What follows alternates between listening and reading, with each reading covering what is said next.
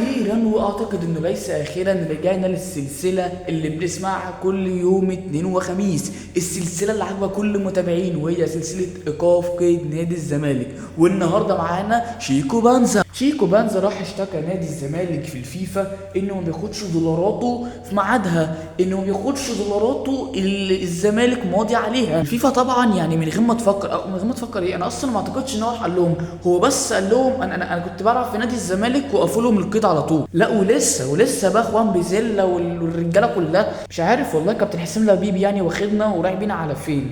على الناحيه الثانيه بقى تلاقي النادي الاهلي بيخلص في يوسف بالعمري ب $700,000. خلاص يا باشا، الظهير الايسر المغربي بقى على ابواب الاهلي. طب ناقص ايه؟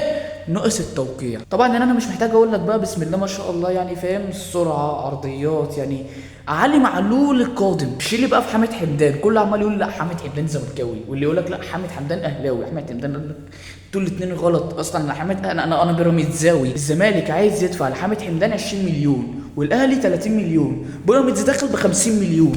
انا عايز الراجل ده، معلش انا اسف. بيراميدز يا باشا بسم الله ما شاء الله بيدخل بالارقام على طول كده. طبعا حامد حمدان دلوقتي تمام، ترتيبه هو بيراميدز الاول، الاهلي الثاني، والزمالك الثالث. يعني ما اعتقدش يعني ما كانش مستحيل. وفي الاول وفي الاخر وكالعاده ربنا يستر على اللي جاي.